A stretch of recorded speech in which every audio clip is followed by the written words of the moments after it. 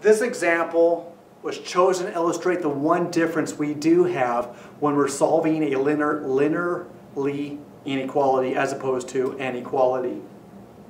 So let's move as we would. Let's subtract x's from both sides.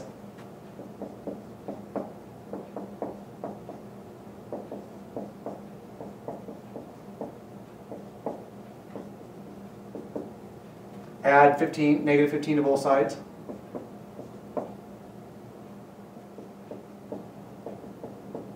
And that's what, 36? Negative 6x is greater than or equal to 36. Now the difference is that anytime I choose to or I need to multiply or divide both sides by a negative number, in this case, I'll need to divide both sides by a negative 6 or multiply by a negative 1/6. I must change the sign around. So the sign is going to now be reflected in the other direction. So my solution set then is going to include all the x's or all the solutions that are less than or equal to negative 6. Now you could have done this problem without encountering having to multiply both sides by a negative. That was all set up on what my initial choice was.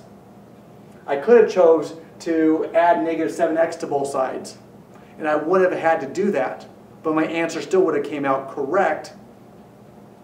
Anyway, only when I need to multiply or divide both sides by a negative that I have to. Let's go back to that thought. Let's see what happens if I did do it the other way, and let's see how the problem changes.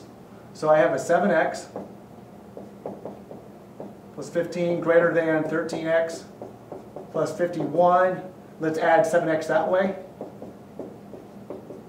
So I would have gotten 15 greater than or equal to 6x plus 51. Subtract 51 from both sides.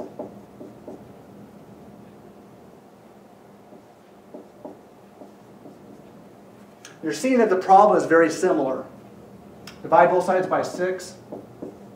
I'm left with is negative 6. It's greater than x. Well, you see I have the same solution. I didn't have to switch the sign around. Part of that was because my original choice, I removed the variable to the other side and it was never necessary. But my answer is the exact same thing. It's just written backwards. It's written differently. So I just need to be careful sometimes that when I'm working with inequalities, that if I have to multiply or divide both sides by a negative, I must turn that sign around to maintain the consistency of the problem.